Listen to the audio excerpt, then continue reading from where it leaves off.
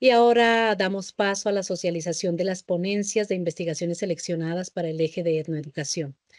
Cada uno de los trabajos tendrá un tiempo de 15 minutos para su exposición y posteriormente se abrirá el espacio de conversación entre los investigadores, moderador y asistentes. Contamos esta tarde con el acompañamiento en calidad de moderador de nuestro querido investigador Alfonso Cassiani Herrera. Él es historiador de la Pontificia Universidad Javeriana entre 1992 y 1996. Él es magíster en Historia de la Universidad del Valle. Es consultor en etnoeducación e implementación de la Cátedra de Estudios Afrocolombianos en el Distrital de Cartagena. Es rector en la institución etnoeducativa e inclusiva Antonia Santos de Cartagena de Indias y María la Baja de Bolívar. Nos complace muchísimo tenerlo esta tarde como nuestro moderador, pues él será quien haga la presentación de nuestros invitados que continúan en esta tarde del Encuentro de Investigadores del Pacífico Colombiano. La más calurosa bienvenida, profesor Alfonso Cassiani Herrera. Los encuentros de investigadores del Pacífico han sido una ventana, uno de esos espacios que nos abren el espectro de lo que es hoy la etnoeducación, del estado de la etnoeducación, pero sobre todo nos llenan de esperanza en la medida que dan cuenta de que en efecto aún contamos con experiencias que están en marcha y que están dando aportes sustanciales, no solamente a la educación, sino a la búsqueda de soluciones a la problemática que tienen nuestras comunidades y por ende a la formación de un talento humano adecuado que permita, acorde con las expectativas de las comunidades, generar las reflexiones correspondientes. Hoy vamos a tener la oportunidad de escuchar 4 presentaciones. Posteriormente vamos a abrir el micrófono para las preguntas, las reflexiones y las valoraciones. La primera de ellas, el lugar de la etnoeducación en las transformaciones educativas de Puerto Tejada y Villarrica en el norte del Cauca, Colombia, 1998-2018. Es bien interesante. Villarrica, de hecho, fue uno de los escenarios donde se origina una de las primeras experiencias de etnoeducación afrocolombiana en este país. Esta investigación está a cargo de Didien Alexis Martínez Lazo, licenciado en Filosofía, Pensamiento Político y Económico, magíster en Alta Dirección de Servicios Educativos, doctor en Educación.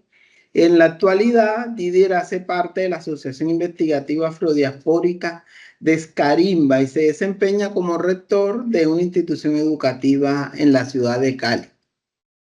Posteriormente escucharemos la escuela como proyecto comunitario, integración y perspectiva de mujeres pescadoras. Listo, muy buenas tardes para todos y para todas. Ya me ha presentado el maestro suficientemente bien, muchas gracias. A todos también agradecerles la intención tan linda de poder encontrarnos en torno de este tema tan fundamental para el Pacífico colombiano y, como decía el maestro, esta ventana que abre la posibilidad de seguir conociendo estos territorios. Quisiera iniciar entonces este proceso mostrándoles un poco el proyecto investigativo a través del cual opté al título de doctor en educación. Investigación que se desarrolló más o menos en un periodo de 5 años y medio entre el territorio, las ausencias y anuencias al mismo tiempo porque tocaba desplazarse permanentemente desde Cali hacia el territorio. Soy oriundo de ese territorio y siempre con la intención de poder devolverle algo a ese terruño de lo mucho que me ha dado, he tenido la intención de poder adentrarme. Invoco entonces con Manuel Zapata Olivella de esta manera a los ancestros para que sean quienes nos iluminen en este camino. Ancestros, sombras de mis mayores, sombras que tenéis la suerte de conversar con los orichas, acompañadme con vuestras voces, tambores. Quiero dar vida a mis palabras. Acercaos huellas sin pisadas, fuego sin leña, alimento de los vivos. Necesito vuestra llama para cantar el exilio del mundo todavía dormido en el sueño de la semilla. Y de paso quisiera también, para adentrarnos más en esto, poder invitarlos a que en esta canción de José Barros, interpretada en la voz maravillosa de la Negra Grande de Colombia, que en paz descanse, Leonor González Mina, nos pueda mostrar un poco la realidad de ese escenario al que nos vamos a adentrar.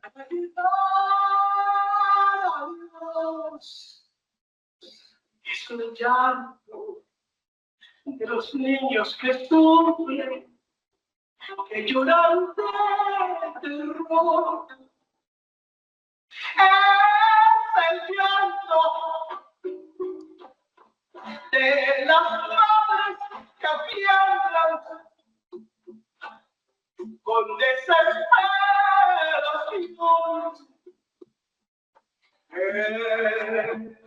Es el llanto, es el llanto de Dios. Violencia, maldita violencia. ¿Por qué te empeñas en teñir de sangre la tierra de Dios?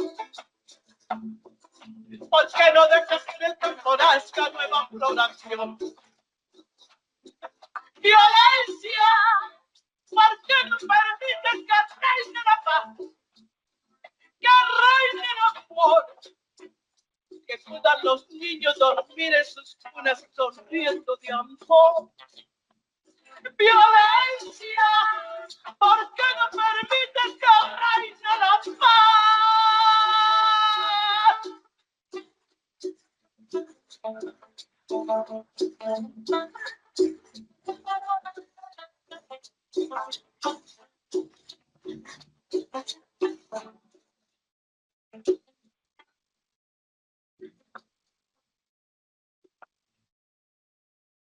Oigo un llanto y atraviesa el espacio para llegar a Dios.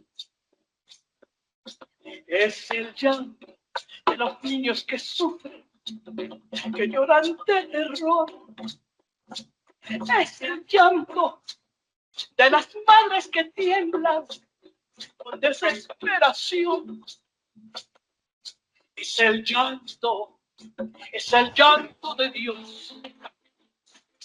Violencia, maldita violencia. ¿Por qué te empeñas en teñir de sangre la tierra de Dios? ¿Por qué no dejas que en el campo nazca nueva floración? Violencia, ¿por qué no permites que reine la paz? Que reine el amor, que puedan los niños sufrir en camas teniendo de amor. Violencia, ¿por qué no permites que reine la paz?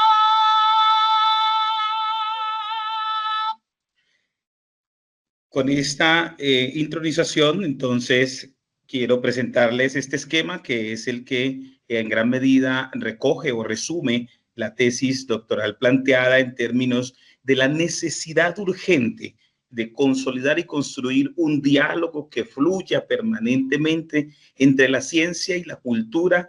La ciencia desde la academia que pueda dialogar permanentemente con el saber ancestral que hace parte de las culturas de estas comunidades, pudiendo trasladar el abuelo dentro del aula de clase y sacar el aula de clase al territorio.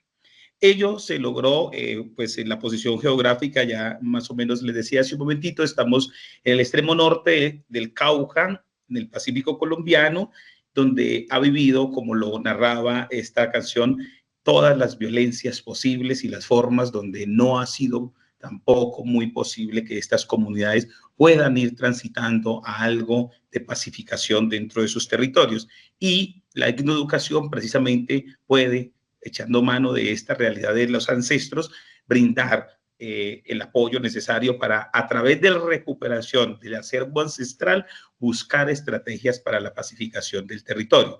Ahí se generan dos grandes tensiones, dos grandes problemas, que es el desplazamiento de la finca tradicional y las economías foráneas que acaban con esa tradición, economía foránea truncada especialmente en el monocultivo de la caña de azúcar que acabó con estos territorios.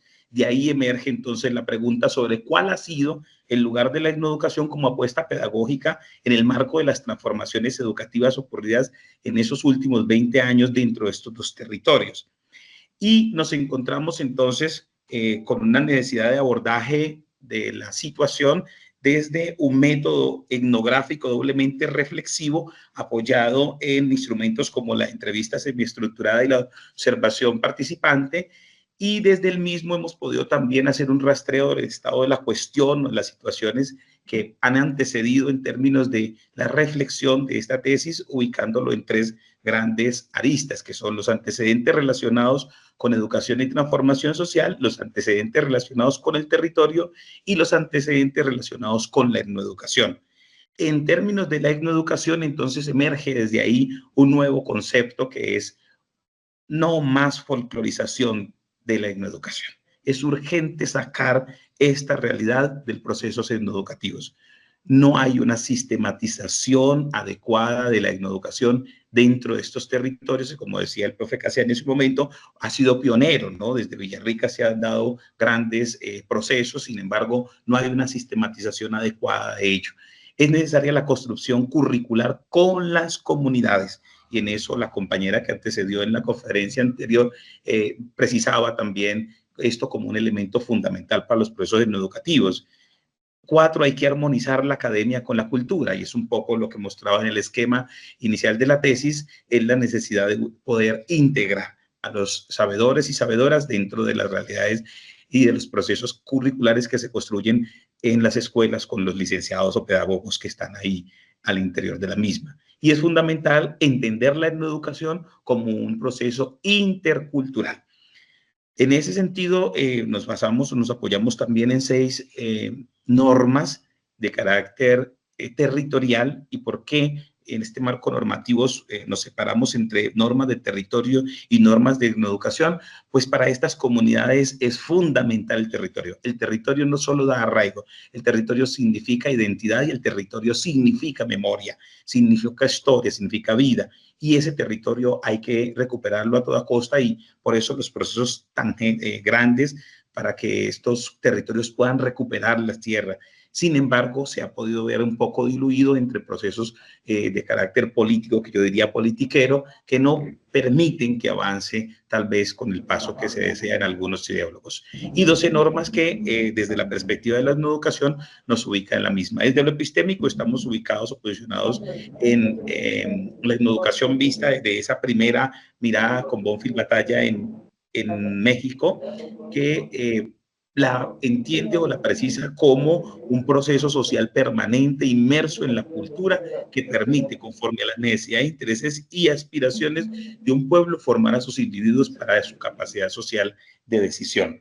Creo que el tiempo me va apremiando un poco, por eso voy a ir un poco. 4 minutos. Perfecto, voy avanzando.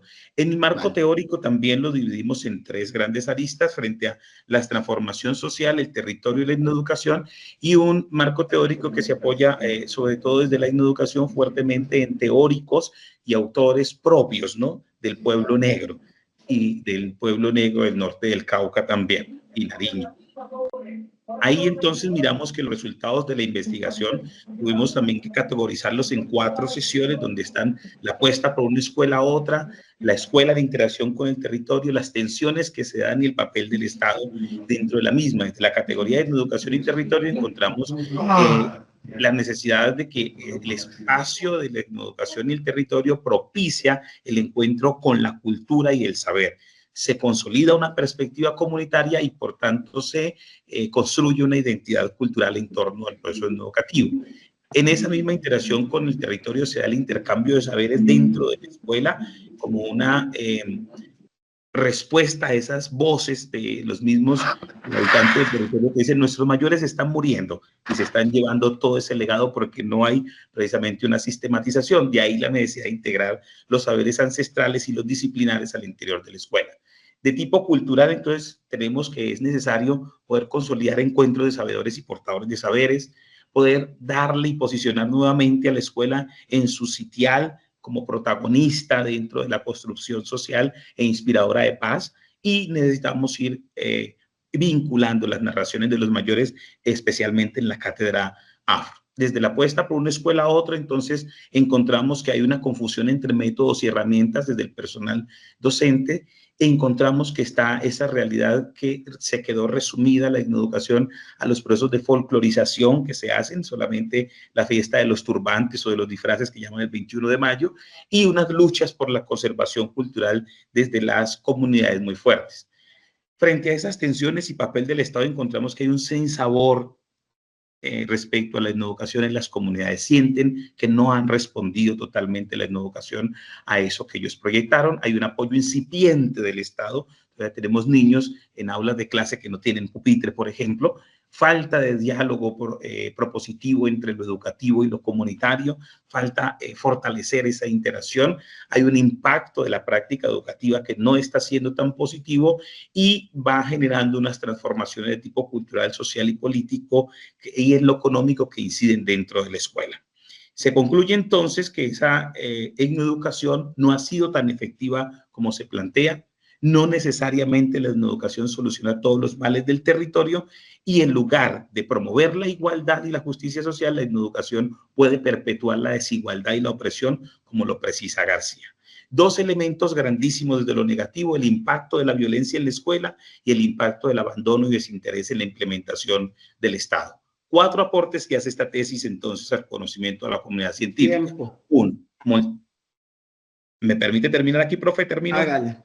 Hágale. Multiculturalidad no, interculturalidad sí. Esa debe ser la apuesta radical.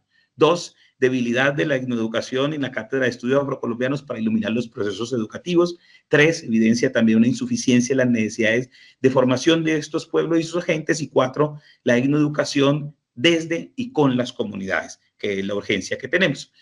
Surgen entonces estas 4 perspectivas investigativas a futuro, como que ojalá alguien se intente adentrar a estudiarlas en términos de la relación que hay de la etnoeducación con las pedagogías críticas, con el desarrollo sostenible, con la interculturalidad y con las tecnologías de la información y la comunicación. Muchísimas gracias a todos. Gracias a ti, Didi, Alexis. Muy interesante. Me parece que además pones de presente una serie de situaciones que hoy por hoy muy poco se comentan, muy poco se hablan, y es el Estado y los verdaderos aportes de la educación, pero sobre todo las situaciones nodales que requieren ser abordadas por el conjunto del movimiento frente al deber ser de la educación en la actualidad, evidenciando otras opciones o evidenciando otras posibilidades.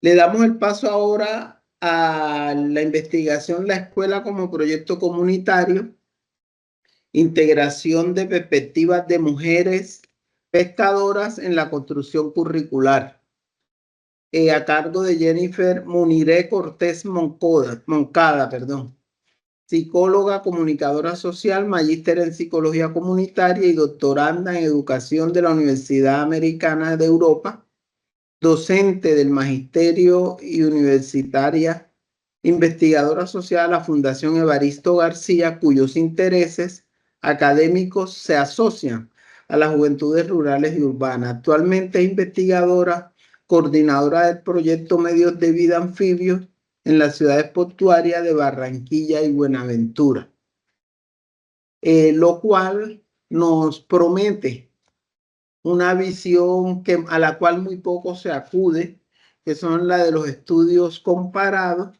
sobre todo en realidades comunes como las que tenemos nosotros. Se prepara posteriormente la investigación Retos y oportunidades para la inclusión de lenguas originarias en las pedagogías interculturales en Ipiales, Nariño, de Andrés Iván Colungue Ordóñez y otros. Muchas gracias, mucho gusto. Mi nombre es Jennifer Moniré Cortés Moncada. Hoy voy a presentarles una experiencia, un estudio de investigación en el que ha ocupado los últimos meses de mi vida, toda mi atención y mi pasión por la enseñanza y el aprendizaje.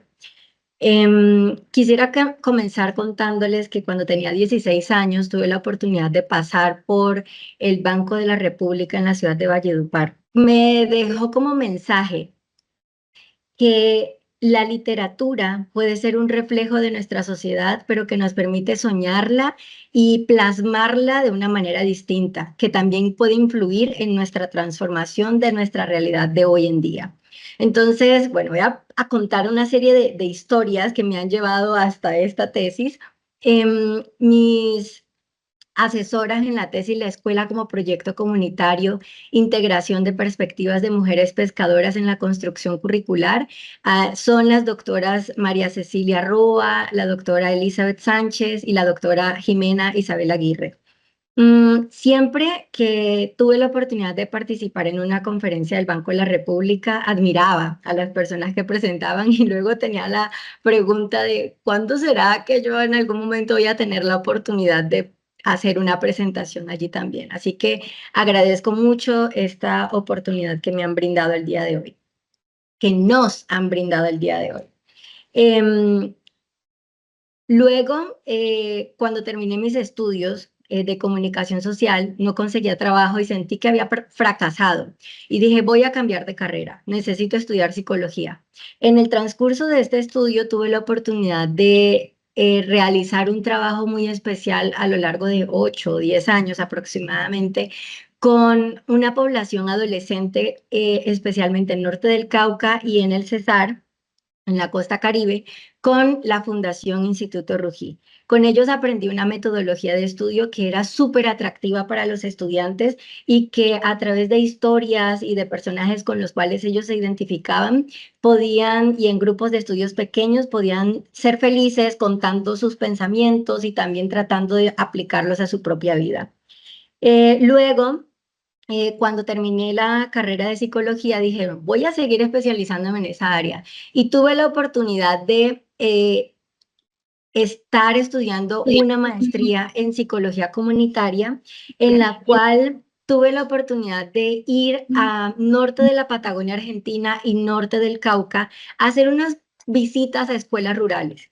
Me encontré allí con un fenómeno que llamó mucho la atención porque el problema era la despoblación de las zonas rurales, pero luego en ese momento encontré 2 escuelas en las que los jóvenes no querían irse porque el proyecto de la comunidad estaba muy amarrado a la escuela, ¿sí? La escuela era un escenario más pequeño de lo que era la comunidad.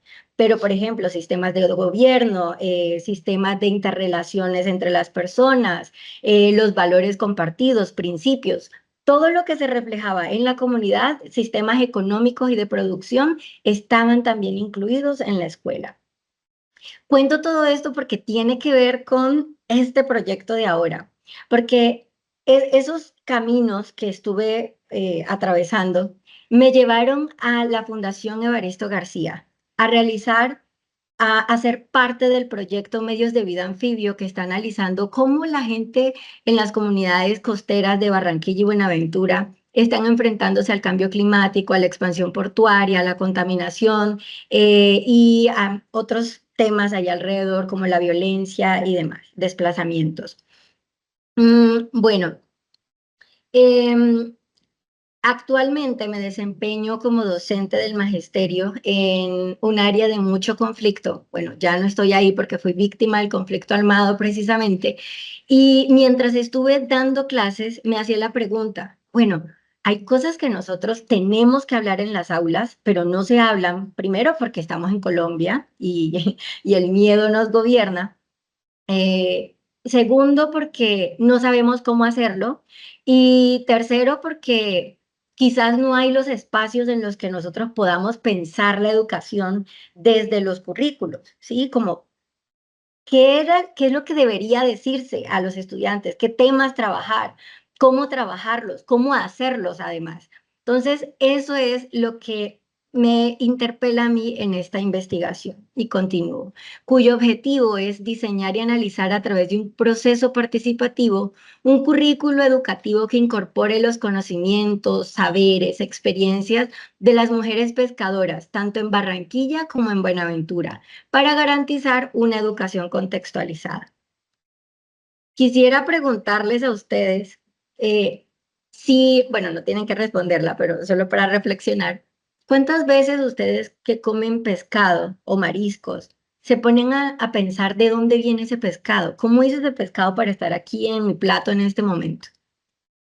Pues mucho del pescado que nosotros consumimos viene de mujeres pescadoras. Las mujeres pescadoras representan el 50% de esa producción de pesca a pequeña escala. Su presencia ha sido vital para el tejido comunitario y la memoria cultural. Recientemente, esto es un dato muy importante, pero recientemente se reconoció a la mujer pescadora por una actualización que se hizo este año en la Ley 731 de 2002. Históricamente las mujeres pescadoras han enfrentado barreras estructurales de educación, servicios e información, tras de que pertenecen a una comunidad que ha sido históricamente oprimida por no sé cuántas veces, yo por ejemplo, antes de esta investigación, no me preguntaba, uy, ¿de dónde viene este pescado?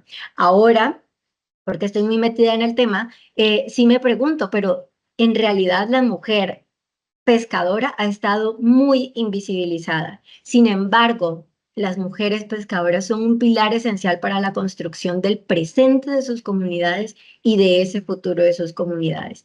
Ellas justamente han estado diciendo, miren, nosotros tenemos una experiencia, una historia de vida, tenemos los valores de nuestra comunidad en nuestras memorias y cómo es que eso no se está viendo reflejado en los currículos. Entonces, a través de un proceso participativo, de una metodología de colaboración, de creación, co-creación, hemos estado abriendo espacios con docentes locales, investigadores locales y también con las mujeres pescadoras a quienes consideramos etnógrafas.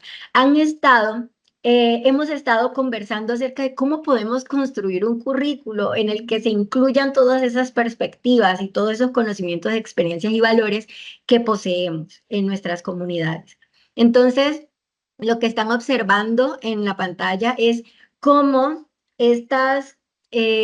cómo ha sido ese proceso de creación del currículo. Ahí en la imagen encontramos investigadores, docentes locales, etnógrafas. En esta imagen pueden observar investigadores asociados a la Fundación Evaristo García y locales también. En esta nos encontramos con docentes de la ciudad de Barranquilla, que aunque digamos, la exposición que estoy haciendo el día de hoy está enfocada en Buenaventura, y el libro, en ese momento estábamos haciendo la revisión del libro de Buenaventura, ellos hicieron unos aportes muy importantes porque son unos temas que también están siendo atravesados, muchos de ellos, por tener comunidades de pescadores en zonas portuarias, ¿sí? Entonces, en lo que va la investigación, porque está todavía en curso, es en el análisis curricular. Estamos tratando de implementar el material, probarlo, reestructurarlo con las nuevas ideas que surgen de la aplicación del mismo. Entonces, ¿qué tenemos como resultado de esta investigación? Bueno, antes de continuar con la explicación de lo que creamos en conjunto, tenemos las imágenes que ustedes están observando. Son el aporte de la diseñadora Daniela Ortega, quien tuvo la oportunidad de ir al territorio y hacer entrevistas y hacer la revisión documental que tiene la Fundación Evaristo García a lo largo de 2 años de investigación con desarrollo de talleres de etnografía, historias de vida,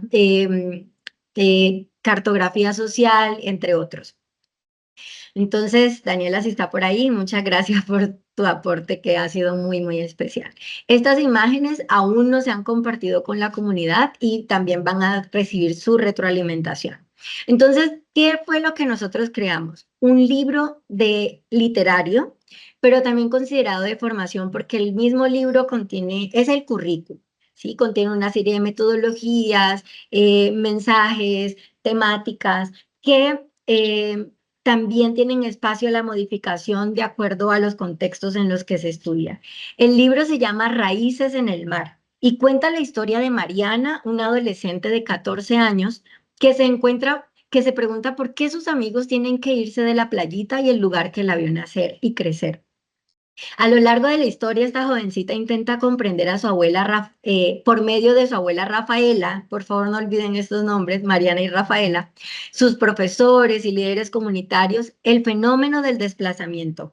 En el camino descubre cómo la comunidad de pescadores mantiene un proyecto colectivo independientemente de la decisión de irse o de permanecer en el territorio. Les hablaba antes de que estos son temas muy delicados, que no son temas que se conversan normalmente y menos con los adolescentes. Se vive el desplazamiento, se siente la falta que hace cuando uno se va del territorio o cuando se va nuestra gente amada. Pero no se habla de eso porque son temas muy delicados y porque ponemos en riesgo la vida. Lo que hemos estado tratando de hacer es abrir a través de este currículo el espacio de conversación de temas para aprender sobre lenguaje, sobre sociales, sobre historia, sobre todas, arte, biología, acerca de nuestro territorio, pero también para hablar de esos temas que difícilmente se puede, ¿sí? No tenemos los espacios. Entonces, el objetivo de este currículo es reconocer que los estudiantes o los participantes puedan reconocer el territorio, la historia, las raíces culturales a partir de esos elementos geográficos, históricos y sociales que los conforman, que puedan valorar los conocimientos y prácticas ancestrales luego de las reflexiones que surjan en el estudio sobre la importancia de los conocimientos tradicionales y que puedan fortalecer la identidad territorial y cultural como miembros de comunidades anfibias y resilientes. Les hablaba de 5 que habíamos hecho, minutos. gracias, les hablábamos de que habíamos hecho una revisión documental que hace parte del repositorio de la Fundación Evaristo García. Pues aquí ustedes están observando qué es lo que se incluye allí. La imagen que estamos mostrando es la historia de vida de Rafaela, una mujer poderosa, que ha tenido mucho sufrimiento. En el mar quedó su esposo, en el mar quedó su hijo, pero el mar le ha dado 3 casas, el mar le ha permitido reunir a sus amigas y organizar asociaciones. Y ella anhelaba que su historia de vida fuera estudiada por muchos jóvenes, porque ella representa lo que son las mujeres pescadoras y las comunidades de pescadores. Ahora quiero contarles cómo es que en ese proceso creativo quedó plasmado, por ejemplo, el tema del desplazamiento. Si me permiten, voy a tomar los últimos minutos para leer extractos del libro Raíces en el Mar. Esa tarde, cuando la escuela terminó, Mariana y sus amigos Luis, William, Edwin, Andrea, Darlene y Diana decidieron hacer una carrera hasta la esquina. Edwin iba ganando, pero Andrea logró alcanzarlo justo antes de la meta. Las risas y gritos llenaban el aire cuando de repente se escucharon disparos cercanos. El juego terminó en un instante. El miedo los paralizó. Sin pensarlo, corrieron a sus casas. Al llegar, Mariana se lanzó a los brazos de su abuela Rafaela, quien la abrazó con fuerza. ¿Estás bien, mi niña?, preguntó con voz temblorosa. Mariana asintió, aún con el corazón latiendo a 1000 por hora. Su abuela suspiró y le contó que todo el día unos hombres encapuchados habían estado aterrorizando a la gente. Hasta ahora nadie del barrio había muerto, pero ¿hasta cuándo? A la mañana siguiente, Mariana se dirigió a la escuela como siempre. Algo estaba mal. Cuando entró al aula, vio que varios pupitres estaban vacíos. Buscó a William, a Edwin y a Andrea, pero no estaban. Sus familiares aceptaron la reubicación. Y lo que sigue es que Mariana estuvo preguntándole a la abuela, bueno, ¿cómo es por qué están ocurriendo estas cosas? Y Rafaela decide contarle su historia y decirle por qué razón no se va de su territorio. La abuela Rafaela sigue hablando con la mirada perdida en el agua, pero llegó el momento en el que me cansé de estar lejos. Volví a la playita con mi familia, conocí al amor de mi vida, me casé y formé un hogar. Desde entonces he estado rodeada de mujeres fuertes como yo. Juntas construimos nuestra galería y hemos logrado tantas cosas con la Asociación de Platoneras Las Tintoreras, pero esa es otra historia que más adelante te contaré.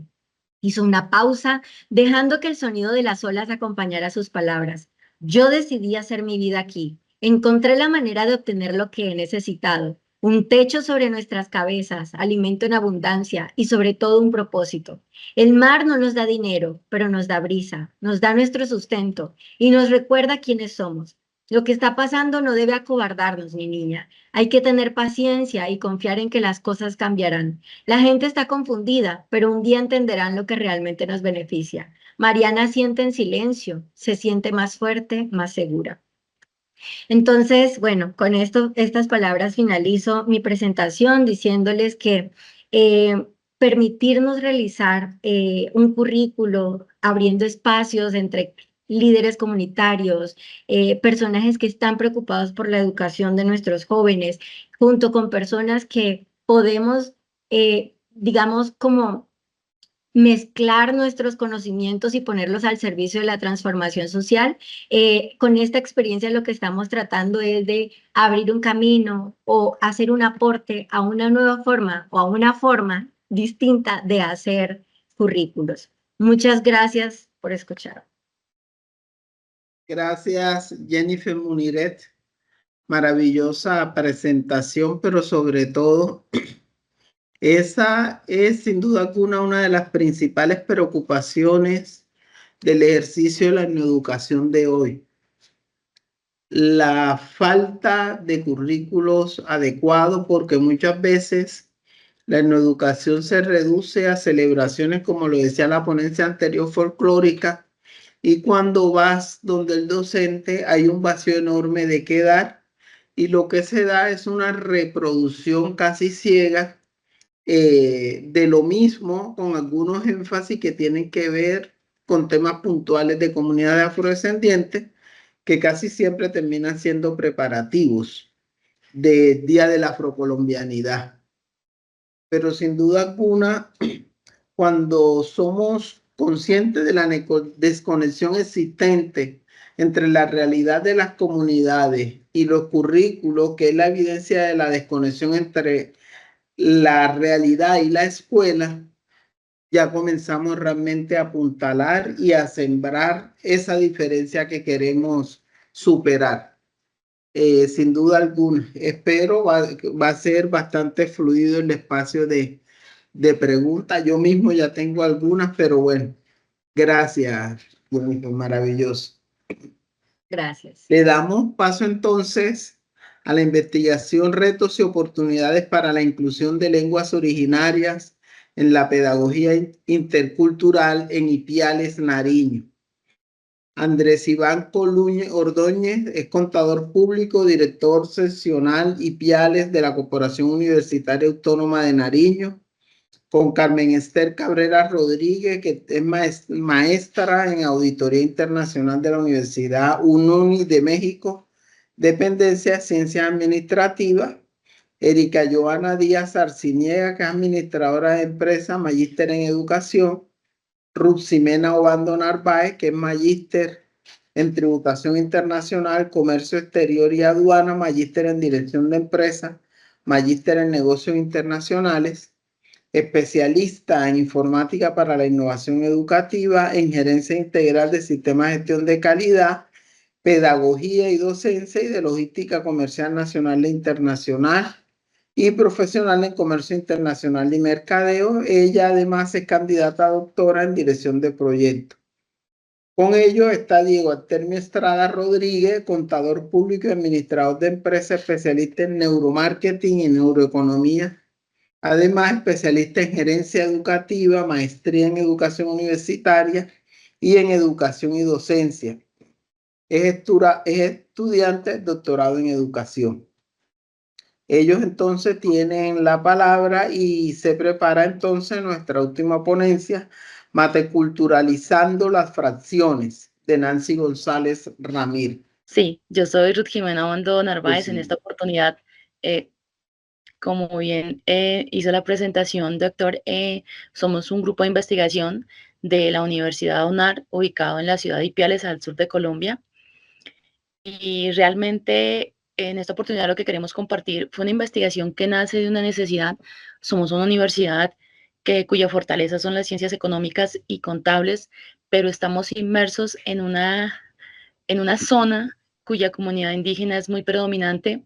Somos vecinos del Ecuador, en donde también la parte cultural e intercultural con comunidades indígenas es bastante predominante, y hemos generado proyectos que nos han generado algunas dificultades. De ahí nació esta necesidad y por eso es el nombre de Retos y Oportunidades en la inclusión de lenguas originarias en educación intercultural en Colombia.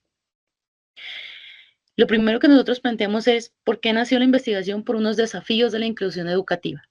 Es indiscutible comprender que hay unos factores.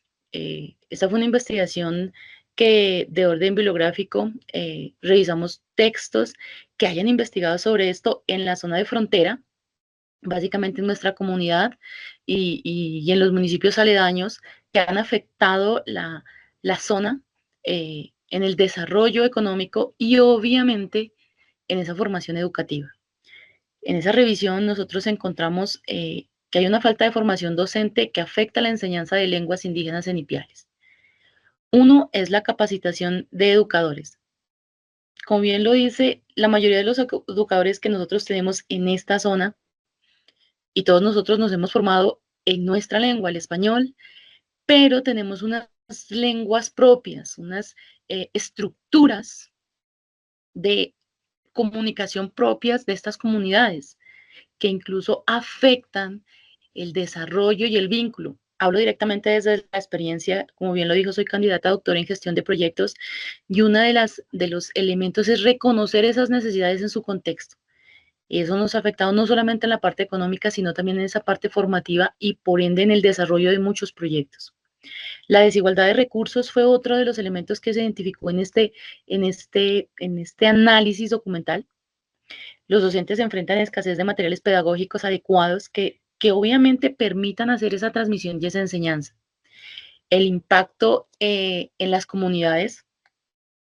Nuestras comunidades sufren debido a la falta de un personal capacitado. Eso es indiscutible.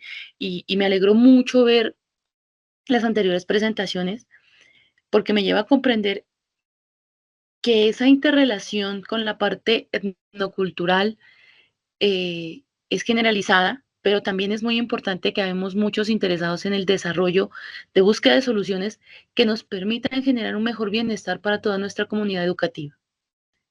Obviamente esto nos llevó a nosotros a pensar como una universidad centrada en carreras de formación, económica, estrategias que nos permitan ser una vinculación más directa con esa población que hace parte de nuestra realidad, de nuestro contexto. Encontramos que hay una descoordinación entre las políticas educativas y las comunidades indígenas en Colombia. Primero, los desajustes de la política es que las políticas educativas decimos que no siempre se alinean con las necesidades reales de las comunidades y eso lo visualizamos en esa revisión. Hay unos elementos y cuando hablamos del currículum, de la forma de evaluación, que son muy tradicionales y que son o que están inmersos dentro de un esquema, pero que ese esquema o por lo menos a lo largo de lo que revisamos para nuestra zona de influencia, no permiten aprovechar esos conocimientos que tienen nuestras comunidades. Conocimientos que si bien se explotarían en el buen sentido de la palabra, nos permitirían una mejor gestión educativa y obviamente una mejor gestión económica. Entonces, les decía que la primera era la falta de formación docente, ese fue el primer elemento que nosotros identificamos en los desafíos. El segundo fue esa descoordinación política de educaciones y comunidades indígenas, insisto en este sector, en esta zona que está permeada por ese desarrollo fronterizo.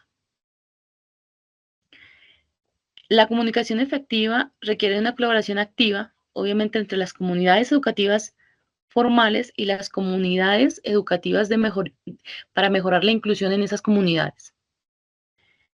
Identificamos que en esas investigaciones también se han identificado desinterés institucional y la falta del apoyo gubernamental que efectivamente dé promoción a esas lenguas indígenas en el sistema educativo. Y otro de los problemas más grandes que identificamos es la escasez de esos recursos que limitan a la educación intercultural en las lenguas originarias.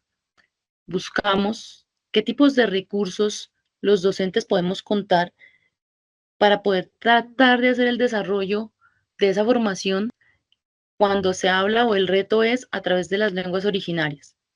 Hay un ejercicio muy, muy interesante que en este desarrollo se puede compartir.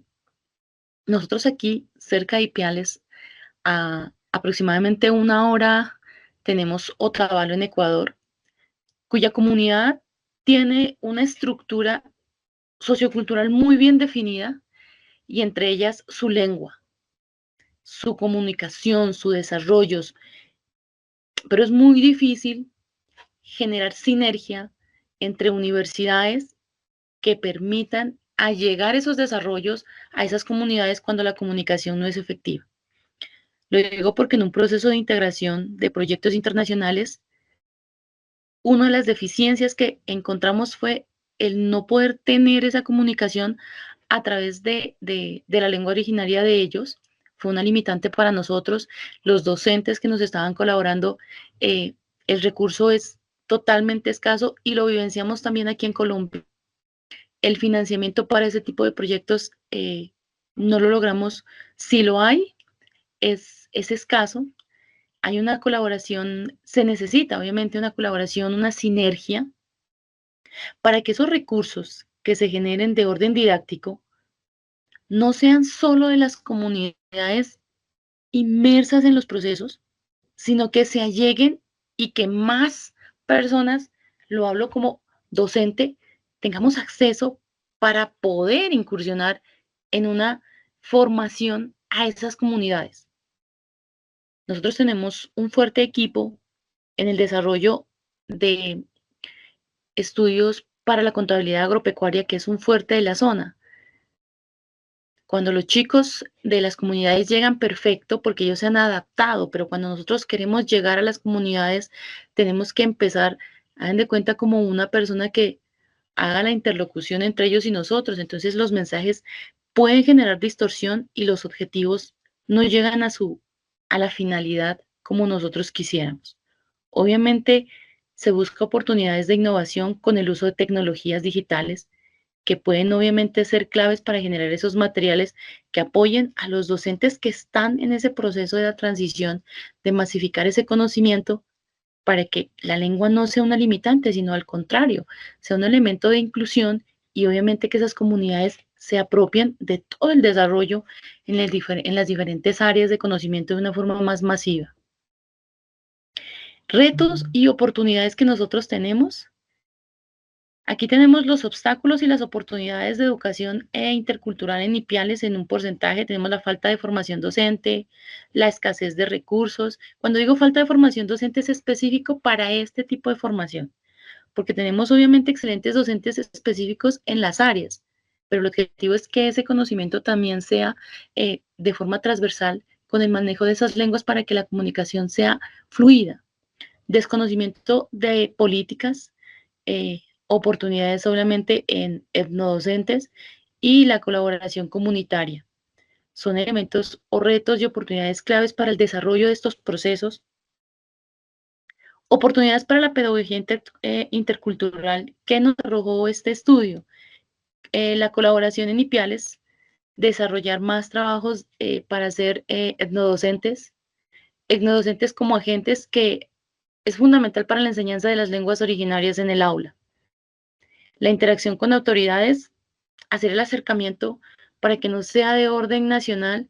Es indiscutible que la gobernanza local promueva, porque es el primer escenario de impacto que tienen estas comunidades para poder hacer esos desarrollos y esos acercamientos para tener una educación mucho más fluida y yo diría que mucho más efectiva. Planteamos una estrategia para promover la enseñanza de las lenguas originarias en las aulas y es el desarrollo de material pedagógico. Entonces, al buscar todo eso en la literatura, encontramos que obviamente hoy en día con la inteligencia artificial podemos apoyarnos en generar materiales que sean apoyo real a los docentes que están al frente de esta transformación y obviamente con la integración curricular, que no sea tal vez como dijo el profesor, que cuando se trate de hablar de etnocultura no solamente se ciña a la celebración de X momento, sino que sea realmente una inclusión y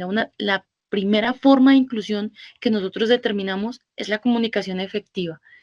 Y la comunicación efectiva no se debe hacer por minoría, se debe hacer por mayoría, o sea que nosotros seamos la mayoría los que busquemos esa comunicación con esas comunidades. Innovación en materiales pedagógicos por lenguas indígenas y mejora, tenemos recursos digitales innovadores, apropiación cultural, la evaluación de los recursos y la creación colaborativa de contenidos. La creación colaborativa de contenidos creemos que es una muy buena estrategia hoy en día, que ya no nos sesguemos de que esta es mi comunidad, de que sola, sino busquemos hacer esas alianzas. Estos encuentros son geniales porque uno dice, mire, hay muchos que estamos investigando del mismo tema o en las mismas líneas y podemos generar sinergias que nos permitan mejorar de zona a zona. Y obviamente creemos que los trabajos en equipo resultan más efectivos que los esfuerzos individuales. La inclusión de lenguas originarias en la pedagogía intercultural, los obstáculos de la formación, la colaboración entre comunidad y autoridades y desarrollo de políticas educativas. Básicamente, esto era la socialización de que lo que ha hecho hasta el momento en esta investigación el grupo Heider de Ipiales. Estamos generando más escenarios porque para nosotros es importante por nuestra comunidad. Como les digo, estamos en una zona cuya comunidad indígena es fuerte, no solamente en Colombia, sino en la parte fronteriza con Ecuador. Y obviamente, al ser una universidad cuyo fuerte es la parte económica, tenemos que buscar estrategias que nos permitan llegar de una forma efectiva no solamente a los estudiantes, sino a las comunidades que nuestros estudiantes pueden impactar. Muchas gracias por su atención y eso era lo que en esta tarde queríamos compartir desde Heider, Grupo de Investigación de UNAR Ipiales. Listo, maravillosa presentación. Creo que vamos a tener una sesión bastante nutrida.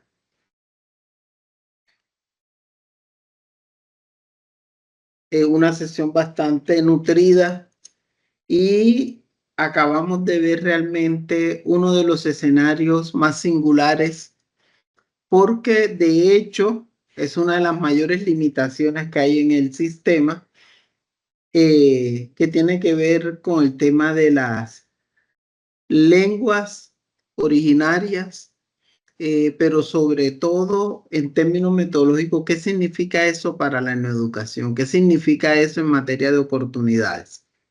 Así es que seguimos construyendo y le damos paso a la investigación Mateculturalizando las fracciones. Nancy González Ramírez y Laura Giné Córdoba.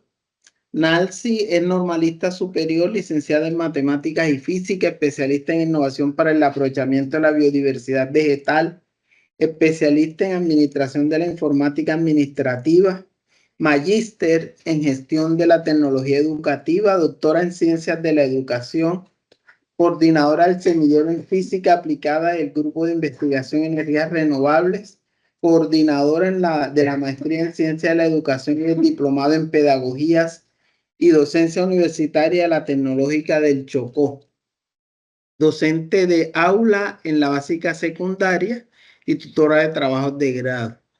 Está acompañada de Laura Giné Córdoba, que es licenciada en matemática y física, magíster en gestión de las ciencias de la educación y docente de aula de la institución educativa Pedro Garay y Arola. Muy buenas tardes, mi nombre es Nancy González Ramírez, estoy acompañada de Laura Giné Córdoba Guevara, el cual es una de mis asesoradas. Ya es magíster en ciencias de la educación, yo fui su tutora en su proceso de formación como magíster y de allí nació esta historia de Mateculturalizando las fracciones en la música. Antes de nosotros iniciar, queremos regalar este lindo mensaje en el cual nos lo deja Galileo Galilei. Las matemáticas son el alfabeto con el cual Dios ha escrito el universo. Es importante entender así las matemáticas para que nosotros podamos interiorizar un poco la importancia de enseñar matemática.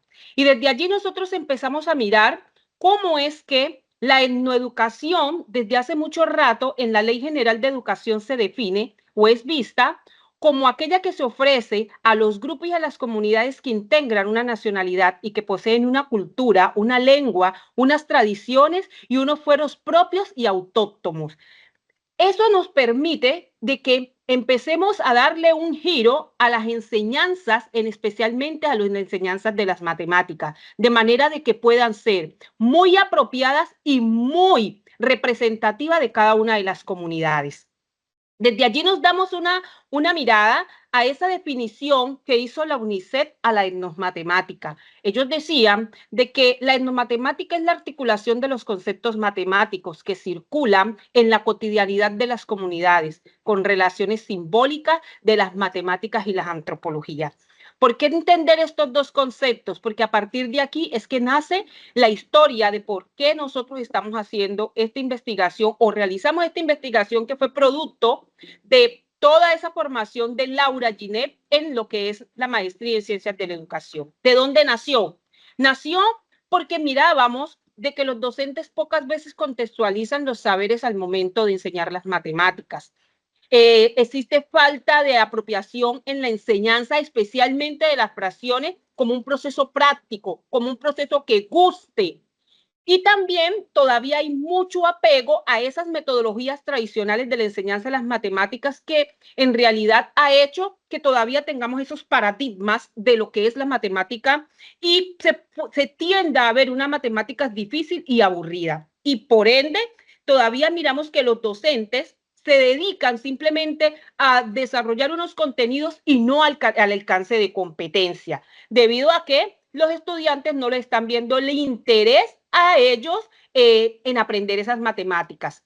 Desde allí, los estudiantes reflejan unas necesidades también o dificultades, en el cual se evidencian bajos rendimientos académicos en la asignatura de las matemáticas, no alcanzan esos niveles de desempeño que se esperan en el aprendizaje de las matemáticas, hay poca comprensión, análisis e interpretación de los problemas matemáticos. ¿Y qué pasa con esto? Existe mucha debilidad en entender las competencias matemáticas. ¿Y a qué se debe eso? Porque es que son unas matemáticas en el cual ellos no les ven la utilidad en el contexto. Es desde allí que a partir de estas necesidades nos pensamos y repensábamos y decíamos con Laura, ¿cómo contribuir a mejorar el proceso de enseñanza-aprendizaje para la contextualización de las fracciones en la vida cotidiana? Eso nos empezó a dar vueltas y a dar vueltas y a través de hacer unas revisiones muy bien marcadas, nace lo que es Multiculturizando las fracciones en la música. ¿Con qué objetivo nosotros lo planteamos? Con ese objetivo de diseñar una estrategia didáctica que permitiera contextualizar las matemáticas en la vida cotidiana desde los números fraccionarios. Nosotros nos encontramos en el departamento del Chocó, en el municipio de Quibdó, un municipio en el cual es muy rico en el baile, es muy rico en la música, es muy rico en diversidad y muchas otras cosas que ustedes ya conocen. Entonces, a partir de esto, de pensar cómo lo vamos a hacer, empezamos primeramente a revisar todo una fundamentación de cómo podíamos nosotros articular estas estrategias. Nos basábamos en Vygotsky, en Piaget, en Gardner, en Patricia, en Poliat, y hicimos una cantidad de revisiones de investigaciones a nivel internacionales y nacionales que nos permitieran entender cómo se ha venido contextualizando lo que es la enseñanza de las matemáticas. Y nos apoyamos fuertemente en lo que dice Ambrosio en el 2005. Exactamente dice que las matemáticas es un conjunto de saberes propios que se asimilan en un grupo sociocultural y autóctono para ver la manera de contar, de medir, de organizar y espacio, de manera que la gente en realidad y los estudiantes puedan entender la matemática como algo que hacen en su contexto, que es lo difícil que estamos pasando en las instituciones porque no sabemos articular lo que se enseña en el aula con lo que se ve en la vida diaria. Y es desde allí que esta estrategia nace a partir de 3 actividades. Bueno, esta actividad se desarrolla por medio de una secuencia didáctica que articula 3 fundamentales actividades. La primera es la música y el tiempo en el reloj, la tierra en que vivimos. Primera actividad. La actividad 1, la música y el tiempo. Aquí se ve el tiempo musicalmente y el propósito de la misma Posibilitar e integrar el conocimiento de las fracciones por medio de la música. Facilitar el aprendizaje de las fracciones a través de la música. Comprender esa aplicación de las fracciones por medio de la resolución de problemas. Los diferentes ritmos musicales tienen un sistema de escritura que aparece en una partitura musical. Cada una de esas partituras tienen unos compases de tiempo. La duración de estos están determinados por las figuras de notas que las mismas salen de una unidad llamada de onda. Aquí en esta tabla hacemos la relación de lo que son las figuras de nota, las fracciones, es llevar al estudiante a mirar esa relación de lo que son las fracciones con las figuras de nota que están representadas como fracciones y también geográficamente cómo representa en geometría ese valor algebraico de la música. Es decir, o sea, que el ritmo que hay en cada música, sabemos que cada música tiene diferentes ritmos, están representadas por figuras de nota y ellas a la vez en fraccionario. Esta chirimía se llama La Vamos a Tumbar, una chirimía típica del Chocó. Tiene su partitura musical. Ahí vemos las figuras de nota y cada una de esas notas representan una fracción. Es llevar al estudiante a mirar esa importancia de las fracciones en la música y que realmente ellas son importantes. Seguimos con la siguiente actividad, el tiempo en el reloj. El reloj se utilizó como una estrategia didáctica para enseñar. El mismo lo representamos en los minutos. Como 60 minutos lo podemos representar como una fracción, lo podemos representar como la unidad. Y la mitad de esos 60 minutos en 30 minutos, donde lo podemos llevar a fracciones representados en una unidad partiendo, cada una de ellas nos representa un medio y un medio. Y los 30 y los 20 minutos, un tercio, de lo que es la unidad y así sucesivamente. Entonces, mirar y llevar al estudiante a esa importancia que tienen las fracciones, lo que es en el reloj. Entonces, como este proyecto se llevó a cabo a través de resolución de problemas, aquí tenemos un pequeño problema que dice, el descanso de la institución educativa normal superior de Quibdó dura un cuarto de hora. Mónica entra a la clase después de un tercio de hora de haber salido al descanso. Preguntas. ¿Cuánto tiempo en minutos dura el descanso? Está representado por 15 minutos. Si Mónica entró un tercio de hora después de haber salido al descanso, surge la siguiente pregunta. ¿Cómo representar un tercio de hora? ¿Cuánto tiempo en minutos tardó Mónica en entrar a la clase? Teniendo en cuenta toda esta problemática, llevamos al estudiante a reflexionar que también estas fracciones las podemos representar en minutos. La tercera actividad, que es la tierra en que vivimos, sabemos que los movimientos de la tierra de rotación y traslación son determinantes en nuestro entorno.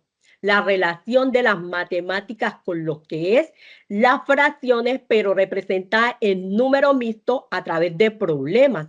Aquí en este problema, al girar la tierra sobre su eje, en un país puede estar una hora representada en 3:15 de la tarde y en otro país las 4:15 del mediodía de la tarde. Entonces, ¿cómo se representa ese número mixto?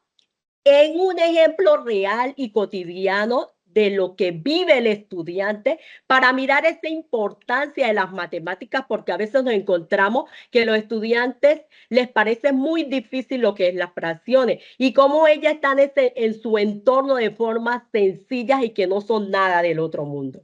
Aquí tenemos los resultados de esta investigación a través de las clases que se llevaron a cabo y cómo ha trascendido estos resultados. Continuamos. Aquí vemos las clases, cómo los estudiantes están motivados.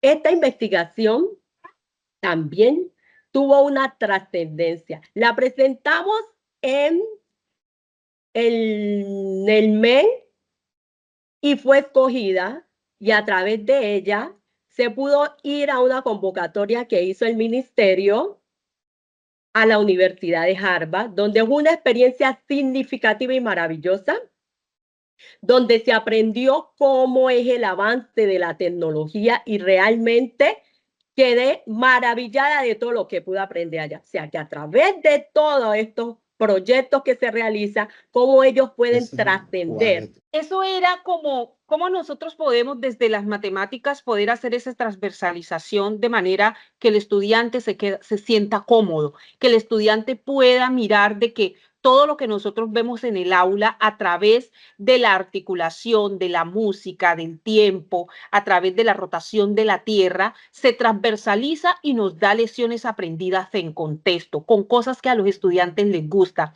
Es la manera de nosotros poder empezar a resignificar cómo podemos pensar de que las matemáticas se pueden dar en un contexto de manera que guste, porque eso es lo que buscamos desde la etnomatemática y poder apropiarnos de esa diversidad que nosotros tenemos en los contextos para poder hacer de que no existe una sola matemática, que existe diferentes formas de nosotros poder hablar de matemáticas si empezamos a resignificar y a repensar lo que dicen las matemáticas. Entonces, a partir de esta investigación, nosotros pudimos darnos cuenta de que lo que dice Albert Einstein es importante. Si queremos y buscamos resultados distintos, no podemos seguir haciendo lo mismo. Tenemos que buscar la manera de articular los contextos para que esto tenga sentido en el que aprende. Muchísimas gracias.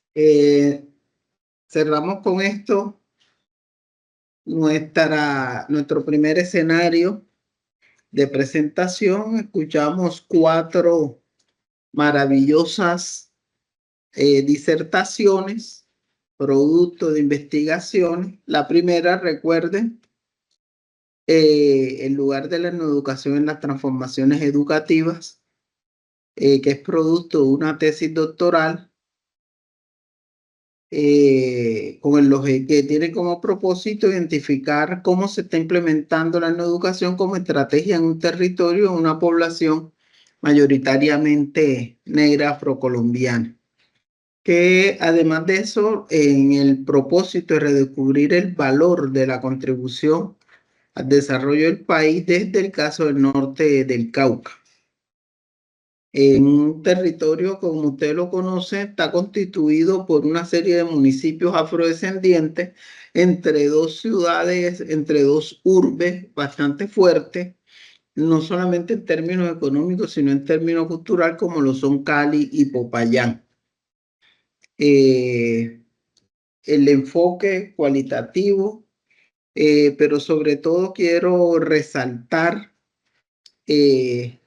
la importancia que los autores le ciñen a la necesidad de pensársela en educación más allá de las representaciones, asignándole un papel fundamental en el redescubrimiento de esas realidades, más allá de la dinámica de folclorización y celebración en la cual se ha centrado en muchos casos.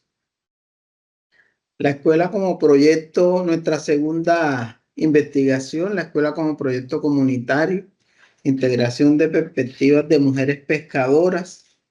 Bien interesante el tema no solamente de la mujer, sino cómo a partir de este quehacer muy concreto se viene aportando a la construcción de una nueva perspectiva en la que la etnoeducación ha de aparecer como un hecho transformador, como un hecho que irrumpe a partir de poner la realidad en el presente, en conexión con la escuela.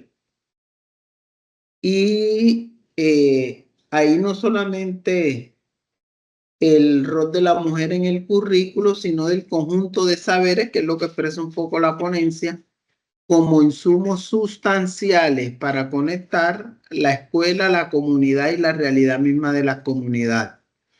La tercera, retos y oportunidades para la inclusión de lenguas originarias en la pedagogía intercultural.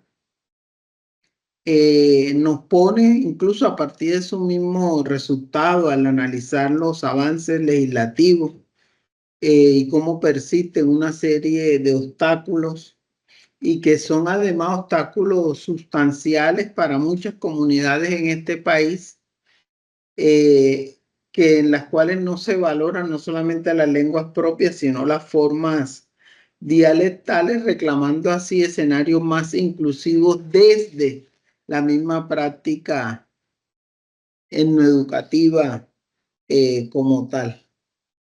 Y la última ponencia, que tiene que ver lo que denominaron muy interesante mateculturalizando, y es poner en sintonía, o más aún aprovechar la sintonía en los procesos de enseñanza y aprendizaje, llevando a partir de la aplicación de las matemáticas a las fracciones por medio de la cultura, nos permite ver un nuevo horizonte absolutamente rico, absolutamente diverso, en el cual leer incluso las dinámicas culturales, y que yo me pregunto cómo hacer este mismo ejercicio con esa misma dinámica si no le pones números, si no le pones sentir, y lo miras en el campo de las sociales, lo miras en el campo de la lectoescritura. En fin, creo que tenemos una amplia gama de oportunidades que nos dejan de aprendizaje las cuatro ponencias que tuvimos en el día de hoy.